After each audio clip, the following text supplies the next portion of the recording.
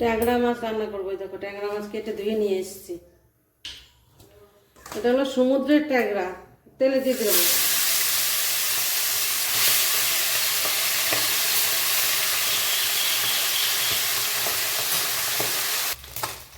মাছ ভাজা হয়ে গেলে তুলে দেবো।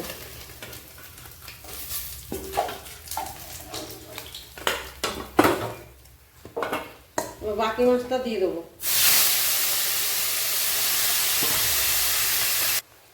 মাছে বেগুন দেবো, ভেজে নিলাম।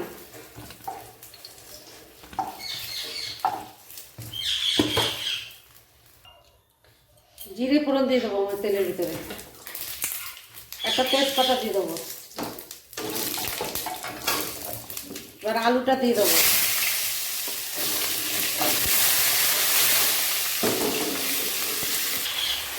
বন্ধুরা মশলা দেওয়াটা দেখালাম না, এর আদা জিরে লঙ্কা সব একবার দিয়ে দিচ্ছি, হলুদ লবণ।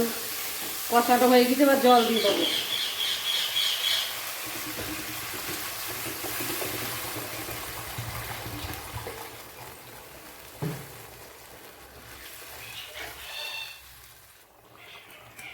এবার মাছ বেগুন দিয়ে দেবো। জল আলু সিদ্ধ হয়ে গিয়েছে।